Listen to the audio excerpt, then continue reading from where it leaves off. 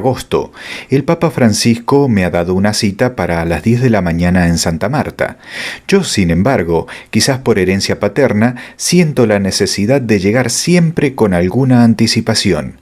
Las personas que me acogen me hacen esperar en una salita. La espera es breve y tras un momento alguien me acompaña a subir al ascensor. En 2 minutos me ha venido a la memoria la propuesta que surgió en Lisboa durante una reunión de directores de algunas revistas de la Compañía de Jesús.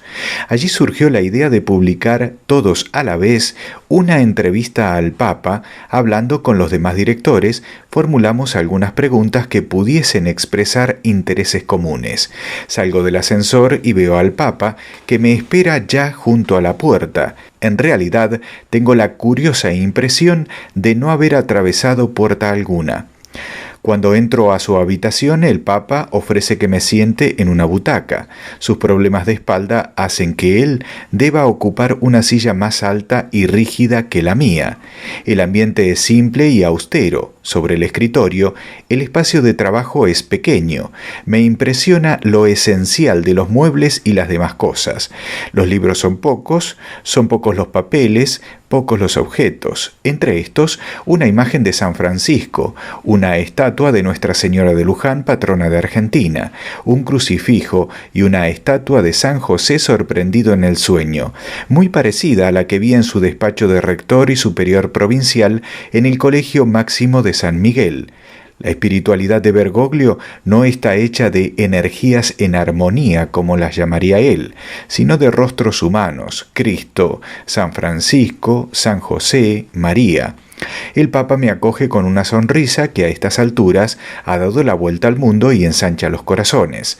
Empezamos a hablar de muchas cosas, sobre todo de su viaje a Brasil. El Papa lo considera una verdadera gracia. Le pregunto si ha descansado ya. Me responde que sí, que se encuentra bien, pero sobre todo que la Jornada Mundial de la Juventud ha supuesto para él un misterio.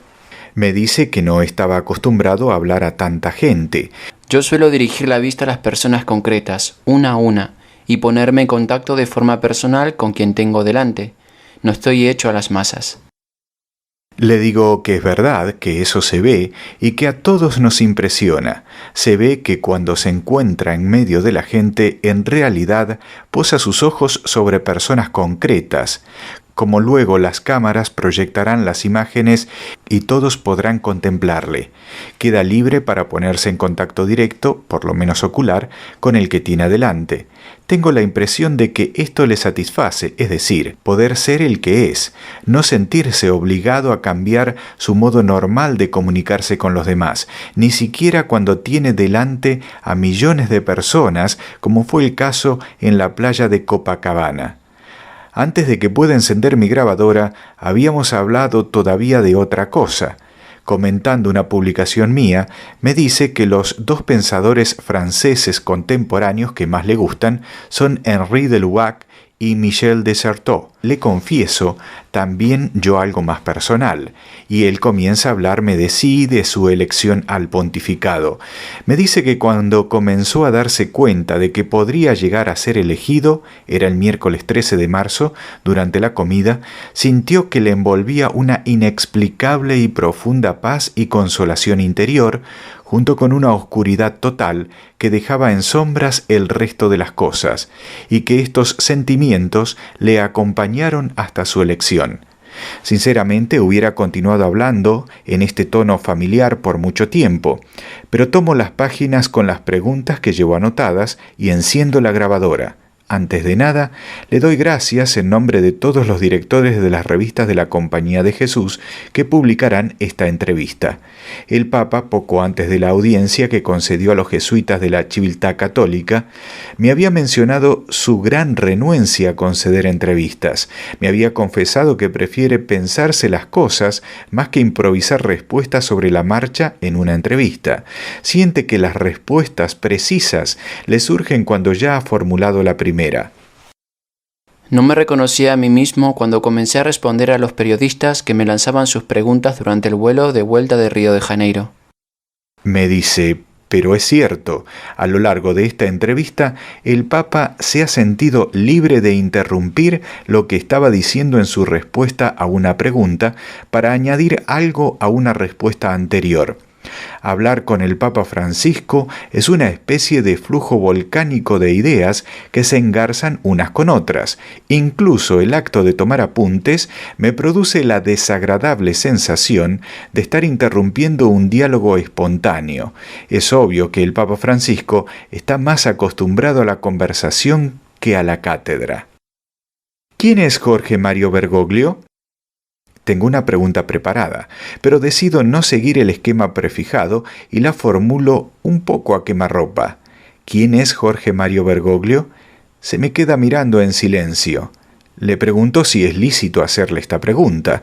Hace un gesto de aceptación y me dice: No sé cuál puede ser la respuesta exacta. Yo soy un pecador.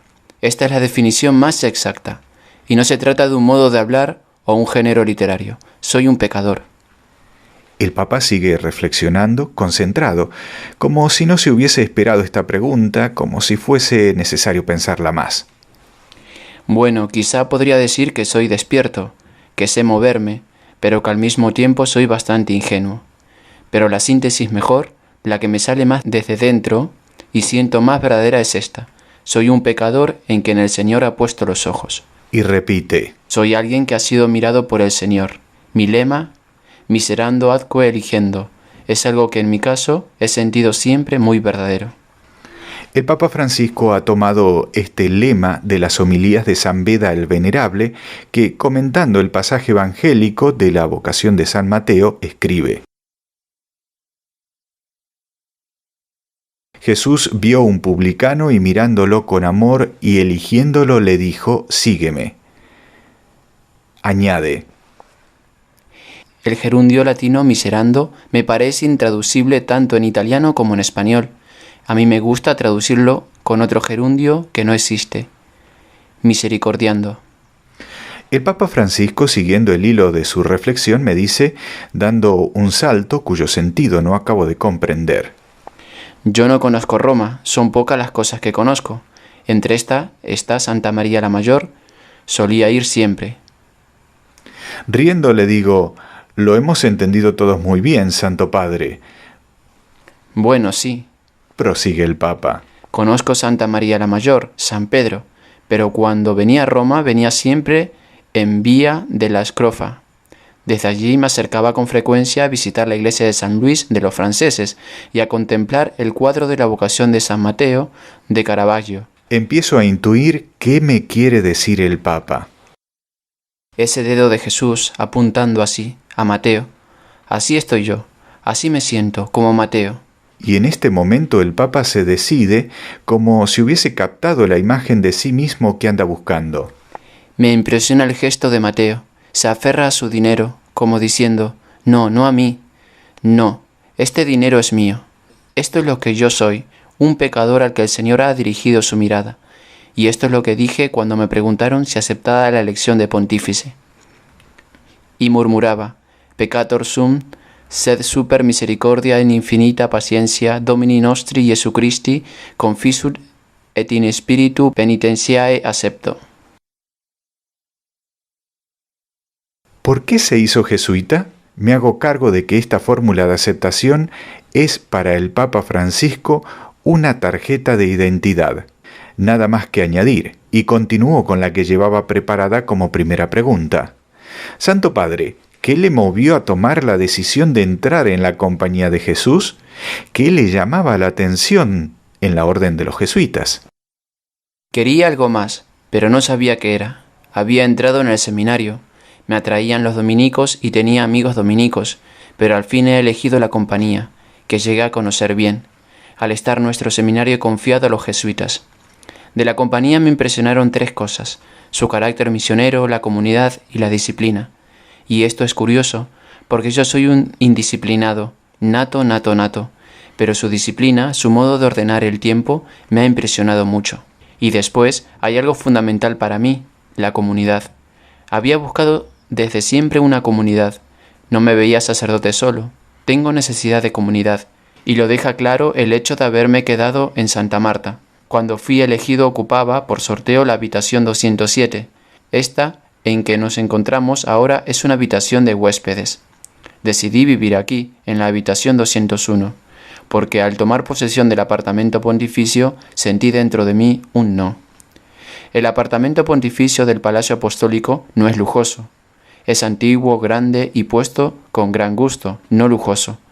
Pero en resumidas cuentas es como un embudo al revés, grande y espacioso, pero con una entrada de verdad muy angosta.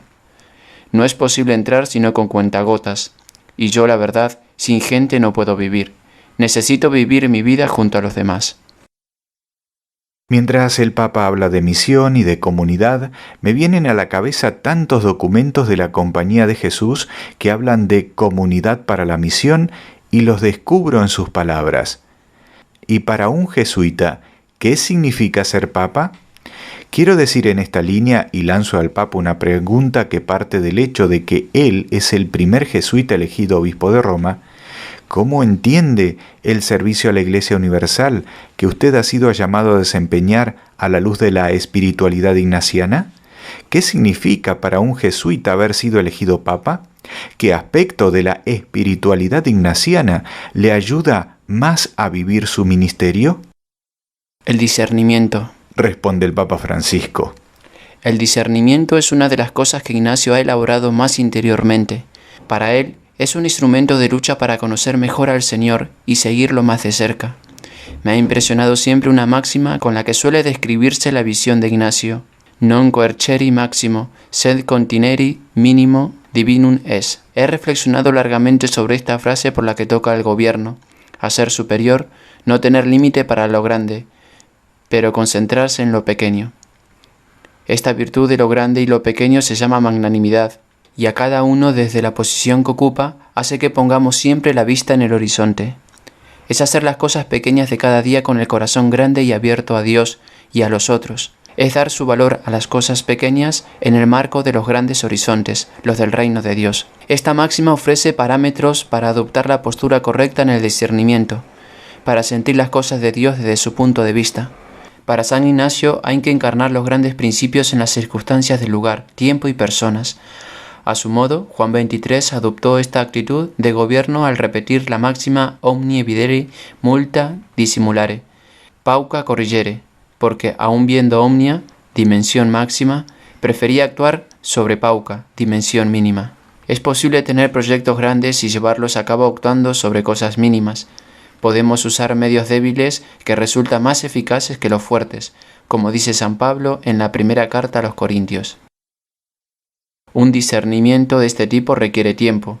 Son muchos, por poner un ejemplo, los que creen que los cambios y las reformas pueden llegar en un tiempo breve. Yo soy de la opinión de que se necesita tiempo para poner las bases de un cambio verdadero y eficaz. Se trata del tiempo del discernimiento. Y a veces, por el contrario, el discernimiento nos empuja a hacer ya lo que inicialmente pensábamos dejar para más adelante. Es lo que me ha sucedido a mí en estos meses. Y el discernimiento se realiza siempre en presencia del Señor, sin perder de vista los signos, escuchando lo que sucede, el sentir de la gente, sobre todo de los pobres. Mis decisiones, incluso las que tienen que ver con la vida normal, como el usar un coche modesto, van ligadas a un discernimiento espiritual que responde a exigencias que nacen de las cosas, de la gente, de la lectura de los signos de los tiempos. El discernimiento en el Señor me guía en mi modo de gobernar. Pero mire, yo desconfío de las decisiones tomadas improvisadamente. Desconfío de mi primera decisión, es decir, de lo primero que se me ocurre hacer cuando debo tomar una decisión. Suele ser un error. Hay que esperar, valorar internamente, tomarse el tiempo necesario. La sabiduría del discernimiento nos libra de la necesaria ambigüedad de la vida y hace que encontremos los medios oportunos, que no siempre se identificarán con lo que parece grande o fuerte. La compañía de Jesús. El discernimiento es, por tanto, un pilar de la espiritualidad del Papa. Esto es algo que expresa de forma especial su identidad de jesuita. En consecuencia, le pregunto cómo puede la compañía de Jesús servir a la Iglesia de hoy, con qué aspectos peculiares y también cuáles son los riesgos que le pueden amenazar. La compañía Es una institución en tensión, siempre radicalmente en tensión. El jesuita es un descentrado. La compañía en sí misma está descentrada. Su centro es Cristo y su Iglesia. Por tanto, si la compañía mantiene en el centro a Cristo y a la Iglesia, tiene dos puntos de referencia en su equilibrio para vivir en la periferia. Pero si se mira demasiado a sí misma, si se pone a sí misma en el centro, sabiéndose una muy sólida y muy bien armada estructura, corre peligro de sentirse segura y suficiente. La compañía tiene que tener siempre delante el Deus semper maior, la búsqueda de la gloria de Dios cada vez mayor.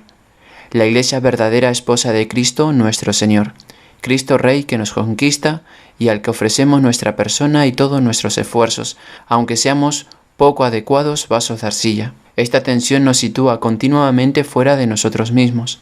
El instrumento que hace verdaderamente fuerte a una compañía descentrada es la realidad, a la vez paterna y materna, de la cuenta de conciencia, y precisamente porque la ayuda a emprender mejor la misión. Aquí el Papa hace referencia a un punto específico de las constituciones de la Compañía de Jesús que dicen que el jesuita debe manifestar su conciencia, es decir, la situación interior que vive, de modo que el superior pueda obrar con conocimiento más exacto al enviar a una persona a su misión. Pero es difícil hablar de la compañía. Prosigue el Papa Francisco. Si somos demasiado explícitos, corremos el riesgo de equivocarnos. De la compañía se puede hablar solamente en forma narrativa. Solo en la narración se puede hacer discernimiento, no en las explicaciones filosóficas y teológicas, en las que es posible la discusión. El estilo de la compañía no es la discusión, sino el discernimiento, cuyo proceso supone obviamente discusión. El aura mística jamás define sus bordes, no completa el pensamiento. El jesuita debe ser persona de pensamiento incompleto, de pensamiento abierto. Ha habido etapas en la vida de la compañía en las que se ha vivido un pensamiento cerrado, rígido, más instructivo, ascético que místico. Esta deformación generó el epítome del instituto. Con esto el Papa alude a una especie de resumen práctico en uso en la compañía y formulado en el siglo XX que llegó a ser considerado como sustituto de las constituciones. La formación que los jesuitas recibían sobre la compañía durante un tiempo venía marcada por este texto, hasta el punto que alguno podía no haber leído nunca las constituciones que constituyen el texto fundacional. Según el Papa, durante este período, en la compañía las reglas han corrido el peligro de ahogar el espíritu, saliendo vencedora la tentación de explicitar y hacer demasiado claro el carisma.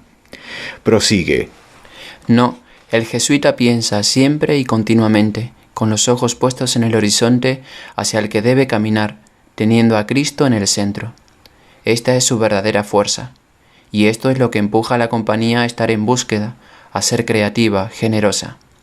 Por eso hoy más que nunca ha de ser contemplativa en la acción. Tiene que vivir una cercanía profunda a toda la Iglesia, entendida como pueblo de Dios y Santa Madre Iglesia jerárquica. Esto requiere mucha humildad, sacrificio y valentía, especialmente cuando se vive incomprensiones o cuando se es objeto de equívocos o calumnias. Pero es la actitud más fecunda. Pensemos en las tensiones del pasado con ocasión de los ritos chinos o los ritos malabares, o lo ocurrido en las reducciones del Paraguay. Yo mismo soy testigo de incomprensiones y problemas que la compañía ha vivido aún en tiempo reciente. Entre estas estuvieron los tiempos difíciles en que surgió la cuestión de extender el cuarto voto de obediencia al Papa a todos los jesuitas. Lo que a mí me daba seguridad en tiempos del padre Rupe, un hombre que pasaba mucho tiempo en oración. Lo recuerdo cuando oraba sentado en el suelo, como hacen los japoneses. Eso creó en él las actitudes convenientes e hizo que tomara las decisiones correctas.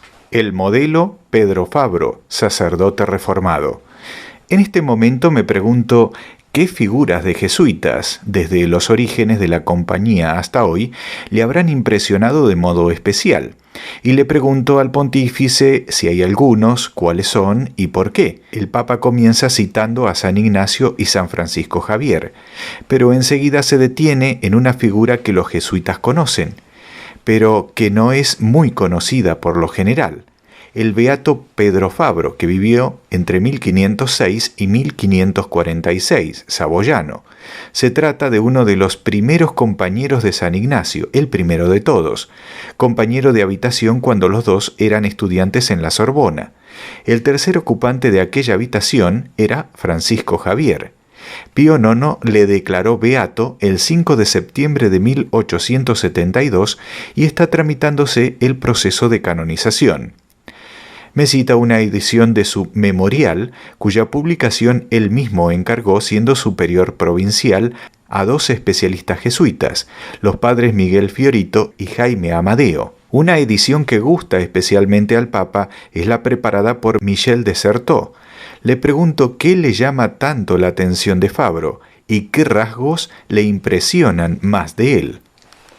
El diálogo con todos, aun con los más lejanos y con los adversarios, su piedad sencilla, cierta probable ingenuidad, su disponibilidad inmediata, su atento discernimiento interior, el ser un hombre de grandes y fuertes decisiones que hacía compatible con su ser dulce. Al escuchar al Papa Francisco que va enumerando las características personales de su jesuita preferido, comprendo hasta qué punto esta figura haya constituido para él un verdadero modelo de vida. Michel de Certeau define a Fabro sencillamente como el sacerdote reformado, para quien experiencia interior, expresión dogmática y reforma estructural eran realidades estrechamente inseparables. Me parece entender por eso que el Papa Francisco se inspira en este tipo de reforma, pero él sigue adelante reflexionando sobre el verdadero rostro del fundador. Ignacio es un místico, no una asceta. Me enfada mucho cuando oigo decir que los ejercicios espirituales son ignacianos solo porque se hacen en silencio. La verdad es que los ejercicios pueden ser perfectamente ignacianos incluso en la vida corriente y sin silencio. La tendencia que subraya el ascetismo, el silencio y la penitencia es una desviación que se ha difundido incluso en la compañía, especialmente en el ámbito español. Yo, por mi parte, soy y me siento más cercano a la corriente mística, la de Luo Lallement y Jean-Joseph Surin. Fabro era un místico. La experiencia de gobierno. ¿Qué tipo de experiencia de gobierno puede hacer madurar la formación que ha recibido el padre Bergoglio, que fue superior y superior provincial de la Compañía de Jesús? El estilo de gobierno de la compañía implica que el superior toma las decisiones, pero también que establece diálogo con sus consultores. Pregunto al Papa, ¿piensa que su experiencia de gobierno en el pasado puede ser útil para su situación actual al frente del gobierno universal de la Iglesia? El Papa Francisco, tras una breve pausa de reflexión, se pone serio, pero muy sereno. En mi experiencia de superior en la compañía, si soy sincero, no siempre me he comportado así, haciendo las necesarias consultas. Y eso no ha sido bueno. Mi gobierno como jesuita al comienzo adolecía de muchos defectos. Corrían tiempos difíciles para la compañía. Había desaparecido una generación entera de jesuitas. Eso hizo que yo fuera provincial aún muy joven. Tenía 36 años, una locura. Había que afrontar situaciones difíciles, y yo tomaba mis decisiones de manera brusca y personalista. Es verdad, pero debo añadir una cosa. Cuando confío algo a una persona, me fío totalmente de esa persona. Debe cometer un error muy grande para que yo la reprenda. Pero a pesar de esto, al final la gente se cansa del autoritarismo. Mi forma autoritaria y rápida de tomar decisiones me ha llevado a tener problemas serios y a ser acusado de ultraconservador. Tuve un momento de gran crisis interior estando en Córdoba. No habré sido ciertamente como la beata Imelda, pero jamás he sido de derechas. Fue mi forma autoritaria de tomar decisiones la que me creó problemas. Todo esto que digo es experiencia de la vida y lo expreso por dar a entender los peligros que existen. Con el tiempo he aprendido muchas cosas. El Señor ha permitido esta pedagogía de gobierno, aunque haya sido por medio de mis defectos y mis pecados. Sucedía que, como arzobispo de Buenos Aires, convocaba una reunión con los 6 obispos auxiliares cada 15 días y varias veces al año con el Consejo Presbiteral. Se formulaban preguntas y se dejaba espacio para la discusión. Esto me ha ayudado mucho a optar por las decisiones mejores. Ahora, sin embargo, Oigo a algunas personas que me dicen, no consulte demasiado y decida. Pero yo creo que consultar es muy importante. Los consistorios y los sínodos, por ejemplo, son lugares importantes para lograr que esta consulta llegue a ser verdadera y activa. Lo que hace falta es darles una forma menos rígida. Deseo consultas reales, no formales. La consulta a los 8 cardenales, ese grupo consultivo externo, no es decisión solamente mía, sino que es el fruto de la voluntad de los cardenales, tal como se expresó en las congregaciones generales antes del cónclave, y deseo que sea una consulta real, no formal. Sentir con la Iglesia. No abandono el tema de la Iglesia e intento comprender qué significa exactamente para el Papa Francisco el sentir con la Iglesia del que escribe San Ignacio en sus ejercicios espirituales. El Papa responde sin dudar partiendo de una imagen. Una imagen de Iglesia que me complace es la del pueblo santo, fiel a Dios. Es la definición que uso a menudo y por otra parte es la de la Lumen Gentium, en su número 12. La pertenencia a un pueblo tiene un fuerte valor teológico. Dios, en la historia de la salvación, ha salvado a un pueblo. No existe identidad plena sin pertenencia a un pueblo. Nadie se salva solo, como individuo aislado, sino que Dios nos atrae tomando en cuenta la compleja trama de relaciones interpersonales que se establecen en la comunidad humana. Dios entra en esta dinámica popular. El pueblo es sujeto, y la Iglesia es el pueblo de Dios en camino a través de la historia, con gozos y dolores. Sentir con la Iglesia, por tanto, para mí quiere decir estar en este pueblo. Y el conjunto de fieles es infalible cuando cree, y manifiesta esta infalibilidad suya al creer, mediante el sentido sobrenatural de la fe de todo el pueblo que camina. Esta es mi manera de entender el sentir con la Iglesia de que habla San Ignacio, cuando el diálogo entre la gente y los obispos y el Papa sigue esta línea y es leal, está asistido por el Espíritu Santo. No se trata, por tanto, de un sentir referido a los teólogos. Sucede como con María. Si se quiere saber quién es, se pregunta a los teólogos. Si se quiere saber cómo se la ama, hay que preguntar al pueblo. María, a su vez, amó a Jesús con corazón de pueblo, como se lee en el Magnificat. Por tanto, no hay ni que pensar que la comprensión del sentir con la Iglesia tenga que ver únicamente con sentir con su parte jerárquica. El Papa, tras un momento de pausa, precisa de manera seca para evitar ser malentendido. Obviamente hay que tener cuidado de no pensar que esta infalibilitas de todos los fieles, de la que he hablado a la luz del concilio, sea una forma de populismo. No, es la experiencia de la Santa Madre Iglesia jerárquica, como la llamaba San Ignacio, de la Iglesia como pueblo de Dios, pastores y pueblo juntos. La Iglesia es la totalidad del pueblo de Dios. Yo veo la santidad en el pueblo de Dios, su santidad cotidiana. Existe una clase media de la santidad de la que todos podemos formar parte, aquella de la que habla Malek. El Papa se refiere a Joseph Malek, escritor francés, muy de su agrado, nacido en 1876 y muerto en 1940, en particular a su trilogía incompleta Pierres Noirs, Les classes moyennes du salut. Algunos críticos franceses lo han definido como el Proust católico. Prosigue el Papa. Veo la santidad en el pueblo de Dios paciente, una mujer que cría a sus hijos, un hombre que trabaja para llevar a casa el pan, los enfermos, los sacerdotes ancianos, tantas veces heridos, pero siempre con su sonrisa, porque han servido al Señor, las religiosas que tanto trabajan y que viven una santidad escondida. Esta es para mí la santidad común. Yo asocio frecuentemente la santidad a la paciencia, no solo la paciencia como Hippomoné, hacerse cargo de los sucesos y las circunstancias de la vida, sino también como constancia para seguir hacia adelante día a día. Esta es la santidad de la Iglesia militante de la que habla el mismo San Ignacio. Esta era la santidad de mis padres, de mi padre, de mi madre, de mi abuela Rosa, que me ha hecho tanto bien. En el breviario llevo el testamento de mi abuela Rosa y lo leo a menudo, porque para mí es como una oración. Es una santa que ha sufrido mucho, incluso moralmente, y ha seguido valorosamente siempre hacia adelante. Esta Iglesia con la que debemos sentir es la casa de todos, no una capillita en la que cabe un solo grupito de personas selectas.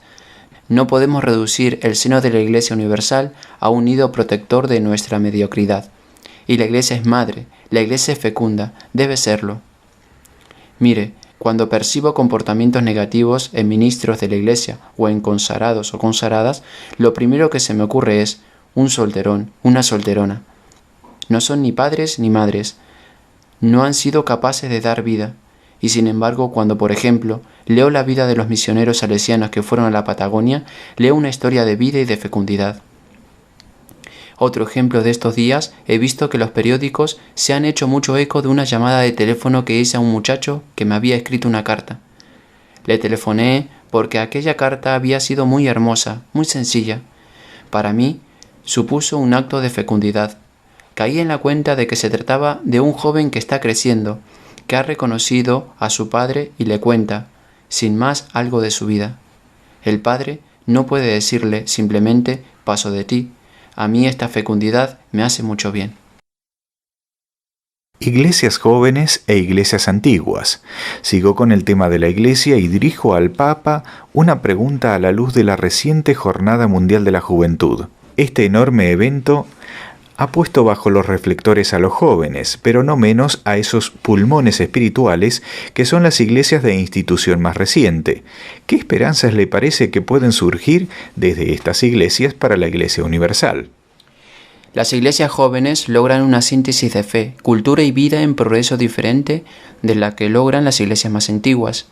Para mí la relación entre las iglesias de tradición más antigua y las más recientes se parece a la relación que existe entre jóvenes y ancianos en una sociedad. Construyen el futuro, unos con su fuerza y los otros con su sabiduría. El riesgo está siempre presente, es obvio. Las iglesias más jóvenes corren peligro de sentirse autosuficientes y las más antiguas el de querer imponer a los jóvenes sus modelos culturales, pero el futuro se construye unidos. ¿Es la Iglesia un hospital de campaña? El Papa Benedicto XVI, al anunciar su renuncia al pontificado, describía un mundo actual sometido a rápidos cambios y agitado por unas cuestiones de enorme importancia para la vida de fe que reclaman gran vigor de cuerpo y alma. Preguntó al Papa, también a la luz de lo que acaba de decir, ¿de qué tiene la Iglesia mayor necesidad en este momento histórico? ¿Hacen falta reformas? ¿Cuáles serían sus deseos para la Iglesia en los próximos años? ¿Qué Iglesia sueña? El Papa Francisco, refiriéndose al comienzo de mi pregunta, comienza diciendo: El Papa Benedicto realizó un acto de santidad, de grandeza y de humildad. Es un hombre de Dios, mostrando así un gran afecto y una gran estima por su predecesor. Prosigue el Papa. Veo con claridad que lo que la Iglesia necesita con mayor urgencia hoy es una capacidad de curar heridas y dar calor a los corazones de los fieles, cercanía, proximidad. Veo a la Iglesia como un hospital de campaña tras una batalla. Qué inútil es preguntarle a un herido si tiene altos el colesterol o el azúcar. Hay que curarle las heridas. Ya hablaremos luego del resto. Curar heridas. Y hay que comenzar por lo más elemental. La Iglesia a veces se ha dejado envolver en pequeñas cosas, en pequeños preceptos, cuando lo más importante es el anuncio primero. Jesucristo te ha salvado. Y los ministros de la Iglesia deben ser, ante todo, ministros de misericordia. Por ejemplo, el confesor corre siempre peligro de ser o demasiado rigorista o demasiado laxo. Ninguno de los dos es misericordioso, porque ninguno de los dos se hace de verdad cargo de la persona. El rigorista se lava las manos y lo remite a lo que está mandado. El laxo se lava las manos diciendo simplemente esto no es pecado o algo semejante. A las personas hay que acompañarlas, las heridas necesitan curación. ¿Cómo estamos tratando al pueblo de Dios? Yo sueño con una iglesia madre y pastora. Los ministros de la iglesia tienen que ser misericordiosos, hacerse cargo de las personas, acompañándolas como el buen samaritano que lava, limpia y consuela a su prójimo. Esto es evangelio puro. Dios es más grande que el pecado. Las reformas organizativas y estructurales son secundarias, es decir, vienen después.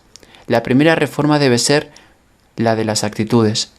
Los ministros del Evangelio deben ser personas capaces de caldear el corazón de las personas, de caminar con ellas en la noche, de saber dialogar e incluso descender a su noche y su oscuridad sin perderse. El pueblo de Dios necesita pastores y no funcionarios clérigos de despacho. Los obispos especialmente han de ser hombres capaces de apoyar con paciencia los pasos de Dios en su pueblo, de modo que nadie quede atrás, así como de acompañar al rebaño, con su olfato para encontrar veredas nuevas. En lugar de ser solamente una iglesia que acoge y recibe, manteniendo sus puertas abiertas, busquemos más bien ser una iglesia que encuentra caminos nuevos, capaz de salir de sí misma yendo hacia el que no la frecuenta, hacia el que se marchó de ella, hacia el indiferente. El que abandonó la iglesia a veces lo hizo por razones que, si se entienden y valoran bien, pueden ser el inicio de un retorno, pero es necesario tener audacia y valor. Recojo lo que está diciendo el Santo Padre para hablar de aquellos cristianos que viven situaciones irregulares para la Iglesia o diversas situaciones complejas, cristianos que de un modo o de otro mantienen heridas abiertas. Pienso en los divorciados vueltos a casar, en parejas homosexuales y otras situaciones difíciles. ¿Cómo hacer pastoral misionera en estos casos? ¿Dónde encontrar un punto de apoyo? El Papa da a entender con un gesto que ha comprendido lo que quiero decirle y me responde: Tenemos que anunciar el Evangelio en todas partes, predicando la buena noticia del reino y curando, también con nuestra predicación, todo tipo de herida y cualquier enfermedad. En Buenos Aires recibía cartas de personas homosexuales que son verdaderos heridos sociales, porque me dicen que sienten que la Iglesia siempre les ha condenado. Pero la Iglesia no quiere hacer eso. Durante el vuelo en que regresaba de Río de Janeiro, dije que si una persona homosexual tiene buena voluntad y busca a Dios, yo no soy quien para juzgarla. Al decir esto, he dicho lo que dice el Catecismo. La religión tiene derecho de expresar sus propias opiniones al servicio de las personas, pero Dios en la creación nos ha hecho libres. No es posible una injerencia espiritual en la vida personal. Una vez una persona, para provocarme, me preguntó si yo aprobaba la homosexualidad. Yo entonces le respondí con otra pregunta. Dime, Dios, cuando mira a una persona homosexual, ¿aprueba su existencia con afecto o la rechaza y la condena? Hay que tener siempre en cuenta a la persona. Y aquí entramos en el misterio del ser humano. En esta vida Dios acompaña a las personas y es nuestro deber acompañarlas a partir de su condición. Hay que acompañar con misericordia. Cuando suceda así, el Espíritu Santo inspira al sacerdote la palabra oportuna. Esta es la grandeza de la confesión, que se evalúa caso a caso, que se puede discernir qué es lo mejor para una persona que busca a Dios y su gracia. El confesionario no es una sala de tortura, sino aquel lugar de misericordia en el que el Señor nos empuja a hacer lo mejor que podamos. Estoy pensando en la situación de una mujer que tiene a sus espaldas el fracaso de un matrimonio en el que se dio también un aborto. Después de aquello, esta mujer se ha vuelto a casar y ahora vive en paz con 5 hijos. El aborto le pesa enormemente y está sinceramente arrepentida. Le encantaría retomar la vida cristiana. ¿Qué hace el confesor? No podemos seguir insistiendo solo en cuestiones referentes al aborto, al matrimonio homosexual o al uso de anticonceptivos. Es imposible. Yo no he hablado mucho de estas cuestiones y he recibido reproches por ello. Pero si se habla de estas cosas hay que hacerlo en un contexto. Por lo demás, ya conocemos la opinión de la Iglesia y yo soy hijo de la Iglesia, pero no es necesario estar hablando de estas cosas sin cesar. Las enseñanzas de la Iglesia, sean dogmáticas o morales, no son todas equivalentes. Una pastoral misionera no se obsesiona por transmitir de modo desestructurado un conjunto de doctrinas para imponerlas insistentemente. El anuncio misionero se concentra en lo esencial, en lo necesario, que por otra parte lo que más apasiona y atrae, es lo que hace arder el corazón, como a los discípulos de Maús. Tenemos por tanto que encontrar un nuevo equilibrio, porque de otra manera el edificio moral de la Iglesia corre peligro de caer como un castillo de naipes, de perder la frescura y el perfume del Evangelio. La propuesta evangélica debe ser más sencilla, más profunda e irradiante. Solo de esta propuesta surgen luego las consecuencias morales. Digo esto pensando también en la predicación y en los contenidos de nuestra predicación. Una buena homilía, una verdadera homilía, debe comenzar con el primer anuncio, con el anuncio de la salvación. No hay nada más sólido, profundo y seguro que este anuncio. Después vendrá una catequesis. Después se podrá extraer alguna consecuencia moral, pero el anuncio del amor salvífico de Dios es previo a la obligación moral y religiosa. Hoy parece a veces que prevalece el orden inverso. La homilía es la piedra de toque si se quiere medir la capacidad de encuentro de un pastor con su pueblo, porque el que predica tiene que reconocer el corazón de su comunidad para buscar dónde permanece vivo y ardiente el deseo de Dios. Por eso el mensaje evangélico no puede quedar reducido a algunos aspectos que, aun siendo importantes, no manifiestan ellos solos el corazón de la enseñanza de Jesús. El primer papa religioso después de 182 años. El Papa Francisco es el primer pontífice que proviene de una orden religiosa después del camandulense Gregorio XVI, elegido en 1831, hace 182 años. Así pues, pregunto, ¿qué puesto específico tienen hoy en la Iglesia los religiosos y las religiosas? Los religiosos son profetas, son los que eligieron un modo de seguir a Jesús que imita su vida con la obediencia al Padre, la pobreza, la vida de comunidad y la castidad. En este sentido, los votos no pueden acabar convirtiéndose en caricaturas, porque cuando así sucede, por ejemplo, la vida de comunidad se vuelve un infierno y la castidad una vida de solterones. El voto de castidad debe ser un voto de fecundidad.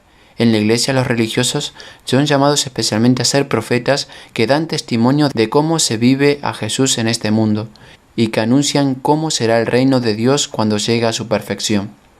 Un religioso no debe jamás renunciar a la profecía, lo cual no significa actitud de oposición a la parte jerárquica de la Iglesia, aunque función profética y estructura jerárquica no coinciden. Estoy hablando de una propuesta positiva que no debe realizarse con temor.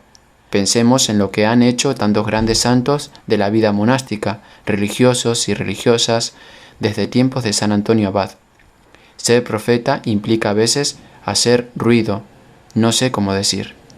La profecía crea alboroto, estruendo, alguno diría que crea gran confusión, pero en realidad su carisma es ser levadura. La profecía anuncia el espíritu del Evangelio. Dicasterios, sinodalidad, ecumenismo. Partiendo de la alusión a la jerarquía en este momento, pregunto al Papa, ¿qué piensa de los dicasterios romanos? Los dicasterios romanos están al servicio del Papa y de los obispos. Tienen que ayudar a las iglesias particulares y a las conferencias episcopales. Son instancias de ayuda, pero en algunos casos, cuando no son bien entendidos, corren peligro de convertirse en organismos de censura. Impresiona ver las denuncias de falta de ortodoxia que llegan a Roma.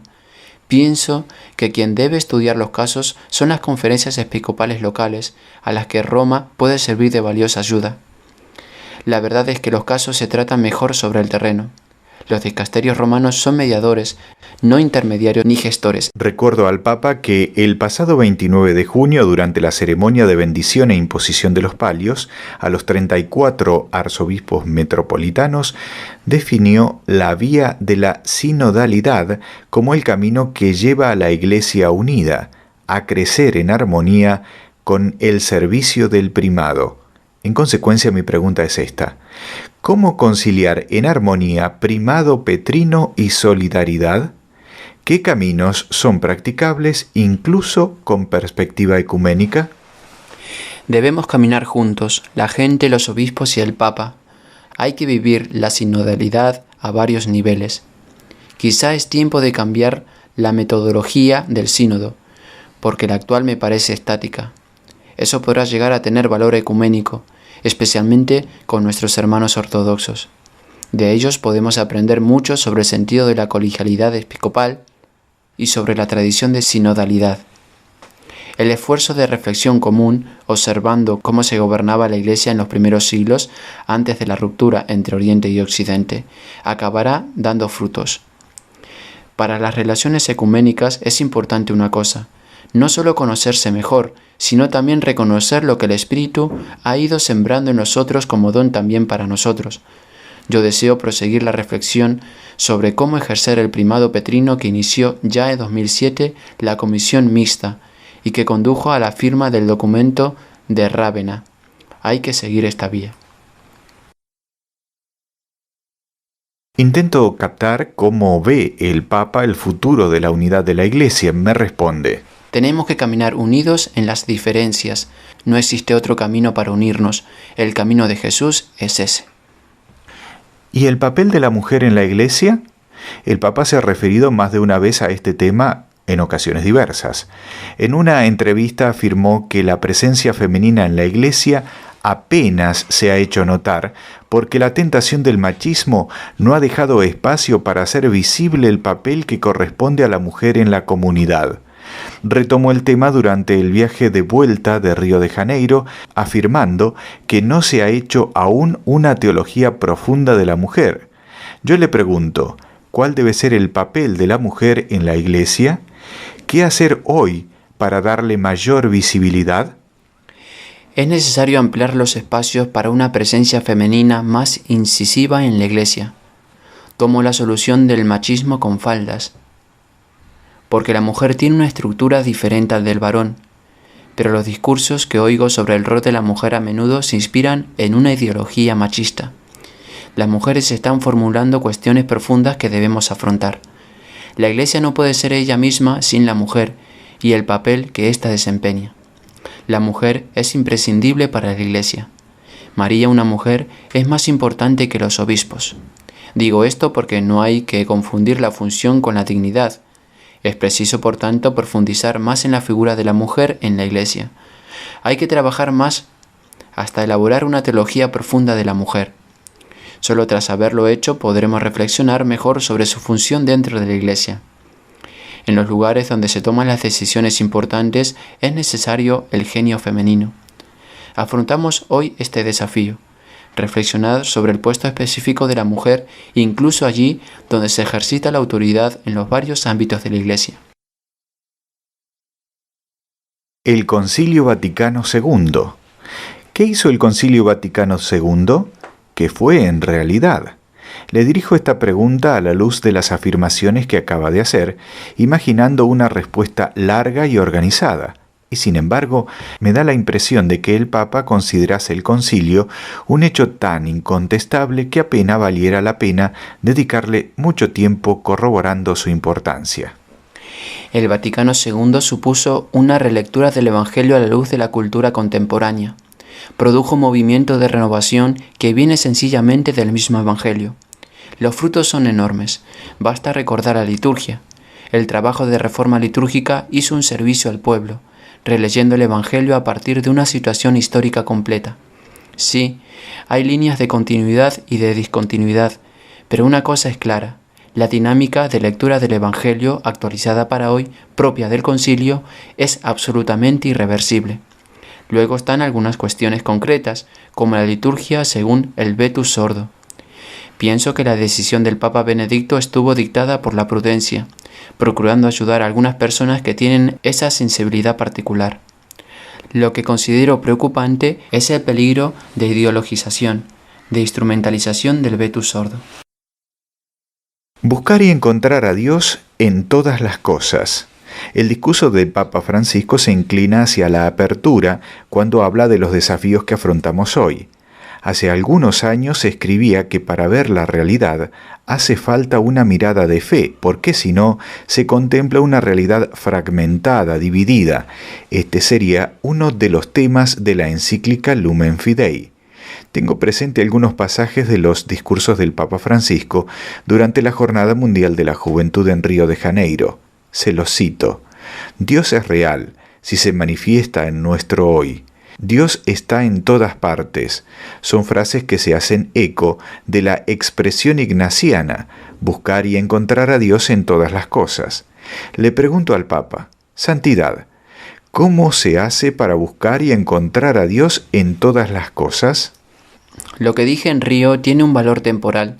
Es verdad que tenemos la tentación de buscar a Dios en el pasado o en lo que creemos que puede darse en el futuro. Dios está ciertamente en el pasado, porque está en las huellas que ha ido dejando, y está también en el futuro como promesa. Pero el Dios concreto, por decirlo así, es hoy. Por eso las lamentaciones jamás nos ayudan a encontrar a Dios. Las lamentaciones que se oyen hoy sobre cómo va este mundo bárbaro acaban generando en la Iglesia deseos de orden, entendido como pura conservación, como defensa. No, hay que encontrar a Dios en nuestro hoy. Dios se manifiesta en una revelación histórica, en el tiempo. Es el tiempo el que inicia los procesos, el espacio los cristaliza. Dios se encuentra en el tiempo, en los procesos en curso. No hay que dar preferencia a los espacios de poder frente a los tiempos, a veces largos, de los procesos. Lo nuestro es poner en marcha procesos, más que ocupar espacios. Dios se manifiesta en el tiempo y está presente en los procesos de la historia. Esto nos hace preferir las acciones que generan dinámicas nuevas y exige paciencia y espera. Encontrar a Dios en todas las cosas no es un eureka empírico. En el fondo, cuando deseamos encontrar a Dios, nos gustaría constatarlo inmediatamente por medios empíricos, pero así no se encuentra a Dios. Se lo encuentra en la brisa ligera de Elías. Los sentidos capaces de percibir a Dios son los que Ignacio llama sentidos espirituales. Ignacio quiere que abramos la sensibilidad espiritual y así encontremos a Dios más allá de un contacto puramente empírico. Se necesita una actitud contemplativa. Es el sentimiento del que va por el camino bueno de la comprensión y del afecto frente a las cosas y las situaciones. Señales de que estamos en ese buen camino son la paz profunda, la consolación espiritual, el amor de Dios y de todas las cosas en Dios. Certezas y errores. Si el encuentro con Dios en todas las cosas no es un eureka empírico, le digo al Papa, y si por tanto se trata de un camino que va leyendo en la historia, es posible cometer errores. Sí, este buscar y encontrar a Dios en todas las cosas deja siempre un margen a la incertidumbre. Debe dejarlo. Si una persona dice que ha encontrado a Dios con certeza total y ni le roza un margen de incertidumbre, algo no va bien. Yo tengo esto por una clave importante. Si uno tiene respuestas a todas las preguntas, estamos ante una prueba de que Dios no está con él. Quiere decir que es un falso profeta que usa la religión en bien propio. Los grandes guías del pueblo de Dios, como Moisés, siempre han dado espacio a la duda. Tenemos que hacer espacio al Señor, no a nuestras certezas. Hemos de ser humildes. En todo discernimiento verdadero, abierto a la confirmación de la consolación espiritual, está presente la incertidumbre. El riesgo que existe, pues, en el buscar y hallar a Dios en todas las cosas son los deseos de ser demasiado explícito, de decir con certeza humana y con arrogancia, Dios está aquí. Así encontraríamos solo un Dios a medida nuestra. La actitud correcta es la agustiniana, buscar a Dios para hallarlo y hallarlo para buscarle siempre. Y frecuentemente se busca a tientas, como leemos en la Biblia. Esta es la experiencia de los grandes padres de la fe, modelo nuestro. Hay que releer el capítulo 11 de la carta a los Hebreos. Abraham por la fe partió sin saber a dónde iba. Todos nuestros antepasados en la fe murieron teniendo ante los ojos los bienes prometidos, pero muy a lo lejos. No se nos ha entregado la vida como un guión en el que ya todo estuviera escrito, sino que consiste en andar, caminar, hacer, buscar, ver. Hay que embarcarse en la aventura de la búsqueda del encuentro y del dejarse buscar y dejarse encontrar por Dios. Porque Dios está primero, está siempre primero. Dios primerea. Dios es un poco como la flor del almendro de tu Sicilia, Antonio, que es siempre la primera en aparecer. Así lo leemos en los profetas. Por tanto, a Dios se le encuentra caminando, en el camino. Al oírme, alguno podría decir que esto es relativismo. ¿Es relativismo? Sí, si se entiende mal, como una especie de confuso panteísmo. No. Si se entiende en el sentido bíblico, según el cual Dios es siempre una sorpresa y jamás se sabe dónde y cómo encontrarlo, porque no eres tú el que fija el tiempo ni el lugar para encontrarte con Él. Es preciso discernir el encuentro, y por eso el discernimiento es fundamental.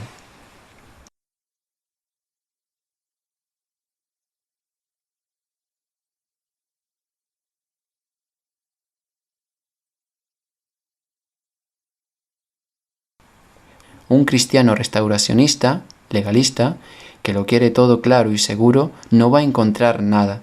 La tradición y la memoria del pasado tienen que ayudarnos a reunir el valor necesario para abrir espacios nuevos a Dios.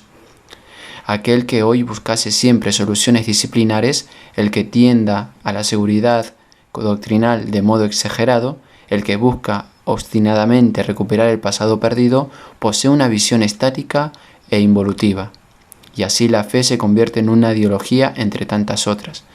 Por mi parte tengo una certeza dogmática: Dios está en la vida de toda persona, Dios está en la vida de cada uno, y aun cuando la vida de una persona haya sido un desastre, aunque los vicios, la droga o cualquier otra cosa la tengan destruida, Dios está en su vida. Se puede y se debe buscar a Dios en toda vida humana, aunque la vida de una persona sea terreno lleno de espinas y hierbajos. Alberga siempre un espacio en que pueda crecer la buena semilla. Es necesario fiarse de Dios. ¿Debemos ser optimistas?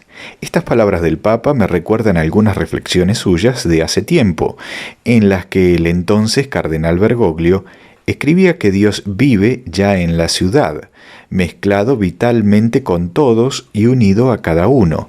Es otro modo de decir, me parece, lo que escribe San Ignacio en los ejercicios espirituales cuando dice que Dios trabaja y labora en nuestro mundo. Le pregunto, ¿debemos ser optimistas? ¿Qué signos de esperanza hay en el mundo actual? ¿Cómo hacemos para ser optimistas en un mundo en crisis? No me gusta mucho la palabra optimismo porque expresa una actitud psicológica. Me gusta más usar la palabra esperanza, tal como se lee en el capítulo 11 de la carta a los Hebreos que he citado más arriba. Los padres siguieron caminando a través de grandes dificultades.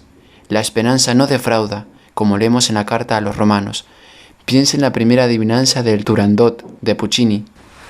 Me dice el Papa. Sobre la marcha he hecho memoria para recordar los versos de aquella adivinanza de la princesa que tiene como solución la esperanza.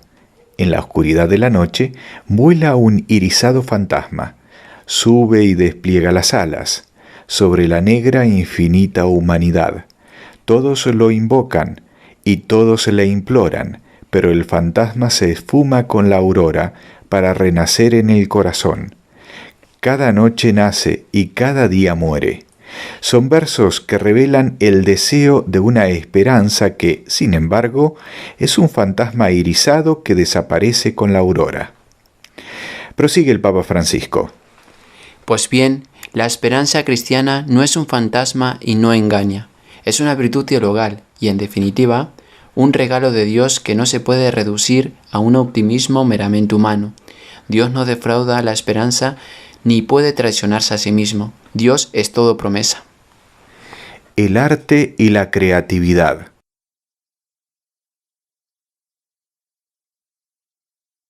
He quedado tocado por la alusión del Papa a Turandot hablando del misterio de la esperanza. Me gustaría captar un poco más cuáles son sus coordenadas artísticas y literarias. Le recuerdo que el año 2006 decía que los grandes artistas saben cómo presentar con belleza las realidades trágicas y dolorosas de la vida. Y le pregunto cuáles son sus artistas y escritores preferidos, si tienen algo en común. He sido aficionado a autores muy diferentes entre sí. Amo muchísimo a Dostoyevsky y Hölderlin. De Hölderlin me gusta recordar aquella poesía tan bella para el cumpleaños de su abuela, que me ha hecho tanto bien espiritual. Es aquella que termina con el verso que el hombre mantenga lo que prometió el niño. Me impresionó porque quería mucho a mi abuela Rosa, y en esa poesía Hölderlin pone a su abuela junto a María, la que dio a luz a Jesús, al que él consideraba el amigo de la tierra, que no consideró extranjero a ningún viviente. He leído Los novios 3 veces, y ahora lo tengo sobre la mesa para volverlo a leer. Manzoni me ha dado mucho. Mi abuela me hacía de niño aprender de memoria el comienzo de Los novios. Quel ramo del lago di como che volge a mezzogiorno, tradue catene non interrotte di monti. También Gerard Manley Hopkins me ha gustado mucho. En pintura admiro a Caravaggio. Sus lienzos me hablan, pero también Chagall con su crucifixión blanca. En música amo a Mozart, obviamente. Aquel Et incarnatus es de su misa en do te lleva a Dios. Me encanta Mozart, interpretado por Clara Haskell. Mozart me llena, no puedo pensarlo, tengo que sentirlo. A Beethoven me gusta escucharlo, pero prometeicamente. y el intérprete más prometeico para mí es Furtwängler y después las pasiones de Bach. El pasaje de Bach que me gusta mucho es el Bar Medici, el llanto de Pedro de la Pasión según San Mateo, sublime. Después, a distinto nivel, no de la misma intimidad, me gusta Wagner. Me gusta escucharlo, pero no siempre.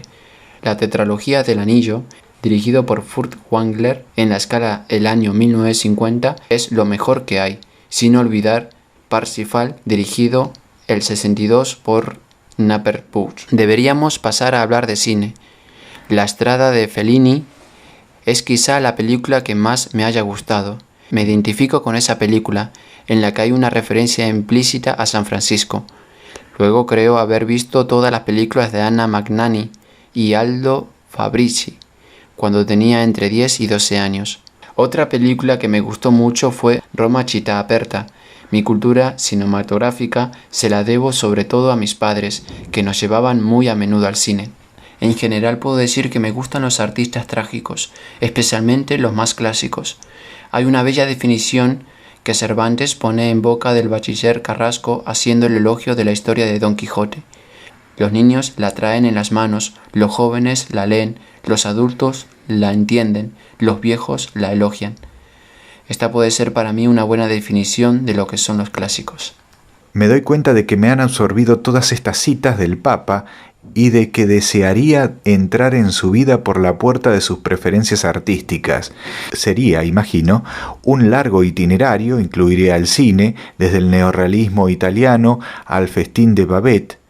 Me vienen a la cabeza otros autores y otras obras que él ha citado en otras ocasiones, quizá menores o peor conocidas o de carácter local, del Martín Fierro de José Hernández a la poesía de Nino Costa y al gran éxodo de Luigi Orsenigo. Pienso también en Joseph Mahler y José María Pemán y obviamente en Dante y Borges, pero también en Leopoldo Marechal, el autor de Adán Buenos Aires, El banquete de Severo Arcángelo y Megafón o la guerra. Pienso en Borges porque Bergoglio, entonces profesor de literatura a los 28 años en el Colegio de la Inmaculada de Santa Fe, lo conoció personalmente.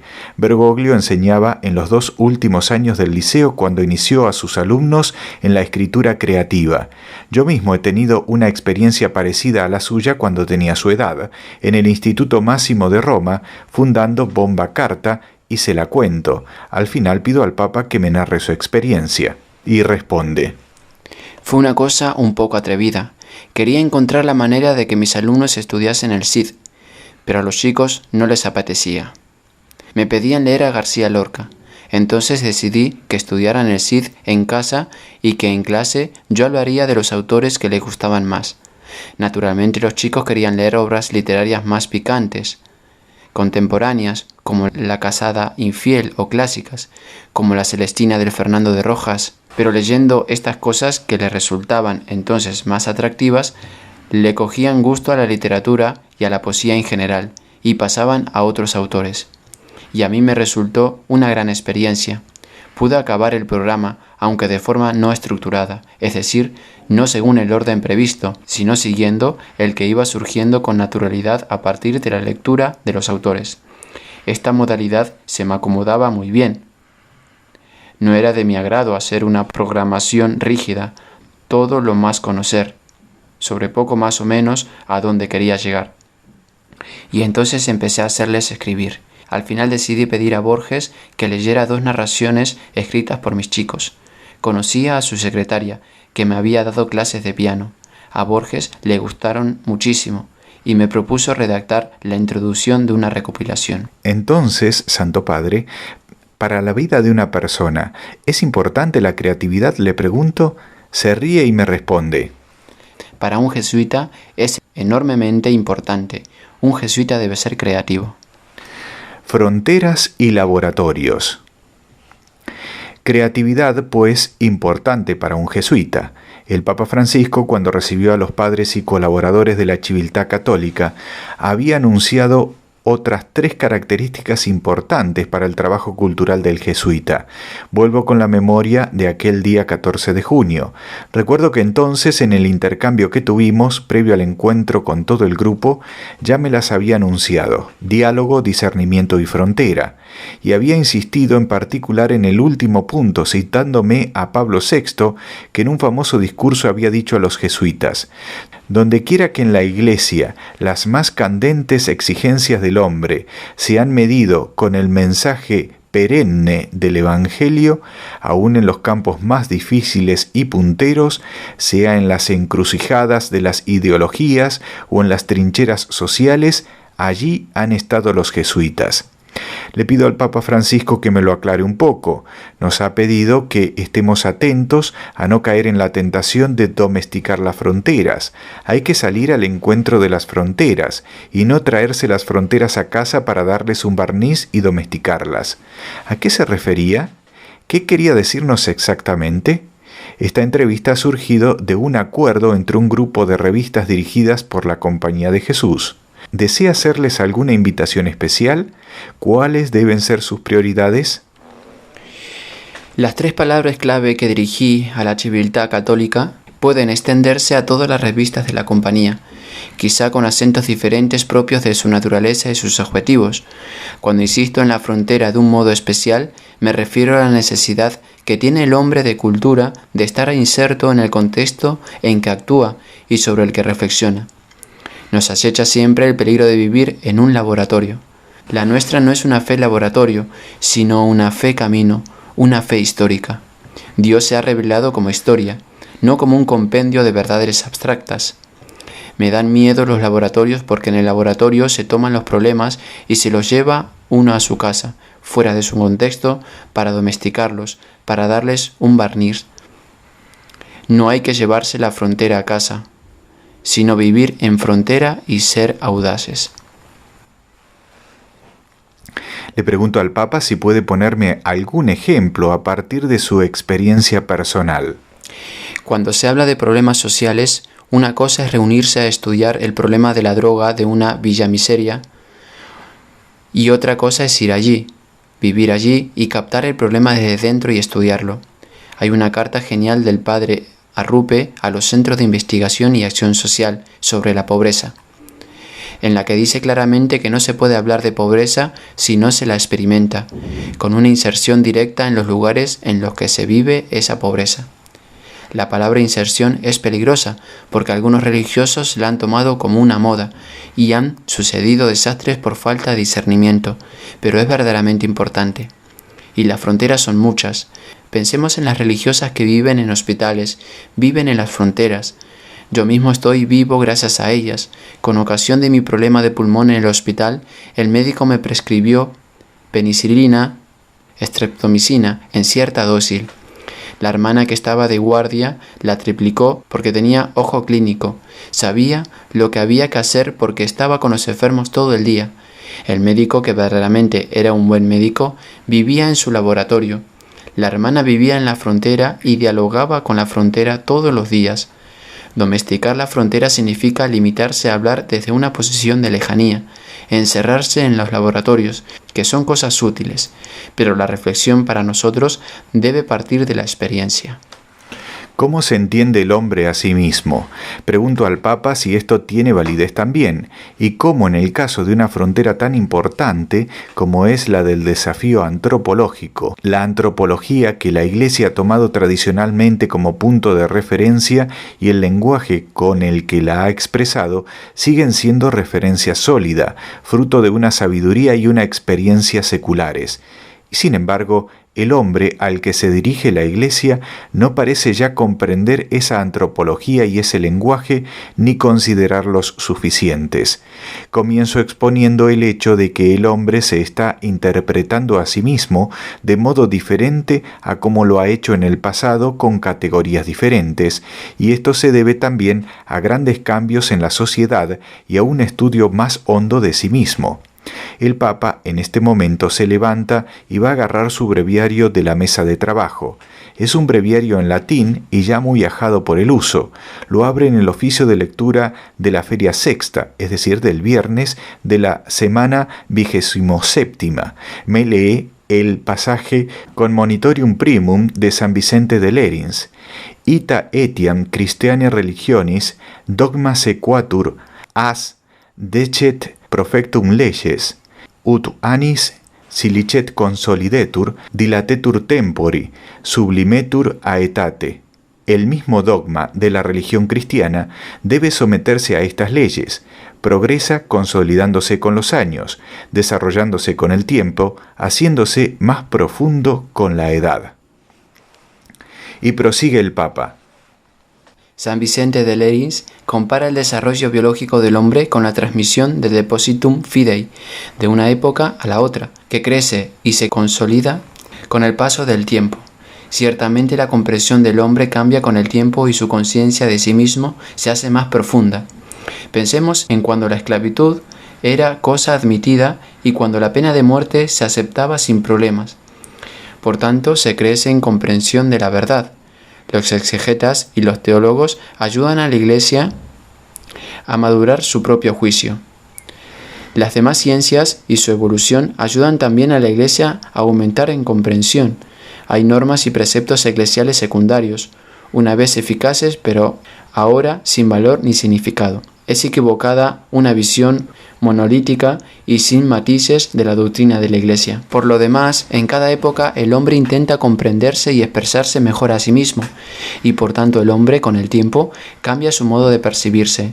Una cosa es el hombre que se expresa esculpiendo la Nike de Samotracia, otra la de Caravaggio, otra la de Chagall y todavía otra la de Dalí. Las mismas formas de expresión de la verdad pueden ser múltiples. Es más, es necesario que lo sean para la transmisión del mensaje evangélico en su significado inmutable. El hombre va en busca de sí mismo y es natural que en esta búsqueda pueda cometer errores. La Iglesia ha vivido tiempos de genialidad, como por ejemplo el del tomismo, pero también vive tiempos de decadencia del pensamiento. Por ejemplo, no debemos confundir la genialidad del tomismo con el tomismo decadente. Yo, desgraciadamente, estudié la filosofía en manuales de tomismo decadente. En su pensamiento sobre el hombre, la Iglesia debería tender a la genialidad, no a la decadencia. ¿Cuándo deja de ser válida una expresión del pensamiento? Cuando el pensamiento pierde de vista lo humano, cuando le da miedo el hombre o cuando se deja engañar sobre sí mismo. Podemos representar el pensamiento engañado en la figura de Ulises ante el canto de las sirenas, o como Tannhäuser, rodeado de una orgía de sátiros y bacantes, o como Parsifal en el segundo acto de la ópera wagneriana, en el palacio de Klingsor. El pensamiento de la Iglesia debe recuperar genialidad y entender cada vez mejor la manera como el hombre se comprende hoy, para desarrollar y profundizar sus propias enseñanzas. Orar.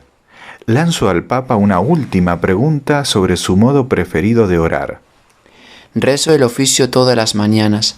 Me gusta rezar con los salmos. Después, inmediatamente, celebro la misa. Rezo el rosario. Lo que verdaderamente prefiero es la adoración vespertina. Incluso cuando me distraigo pensando en otras cosas o cuando llego a dormirme rezando. Por la tarde, por tanto, entre las 7 y las 8, estoy ante el Santísimo en una hora de adoración, pero rezo también en mis esperas al dentista o en otros momentos de la jornada. La oración es para mí siempre una oración memoriosa, llena de memoria, de recuerdos, incluso de memoria de mi historia o de lo que el Señor ha hecho en su iglesia o en una parroquia concreta. Para mí se trata de la memoria de que habla San Ignacio en la primera semana de los ejercicios, en el encuentro misericordioso con Cristo crucificado, y me pregunto, ¿qué he hecho yo por Cristo? ¿Qué hago por Cristo? ¿Qué debo hacer por Cristo? Es la memoria de la que habla también Ignacio en la contemplación para alcanzar amor, cuando nos pide que traigamos en la memoria los beneficios recibidos.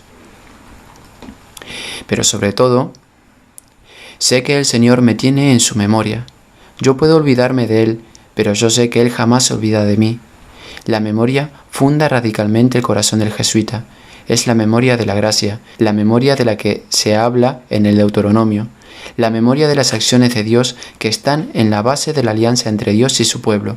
Esta es la memoria que me hace hijo y que me hace también ser padre.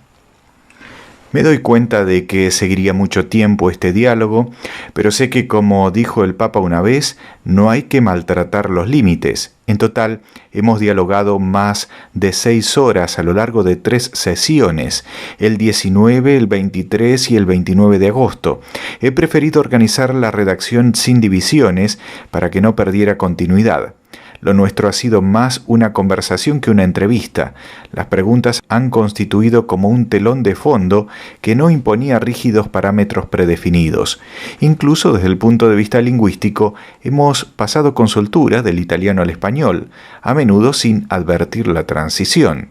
No ha habido nada de mecánico y las respuestas nacían del diálogo y dentro de un razonamiento que he procurado reflejar aquí de modo sintético como he podido.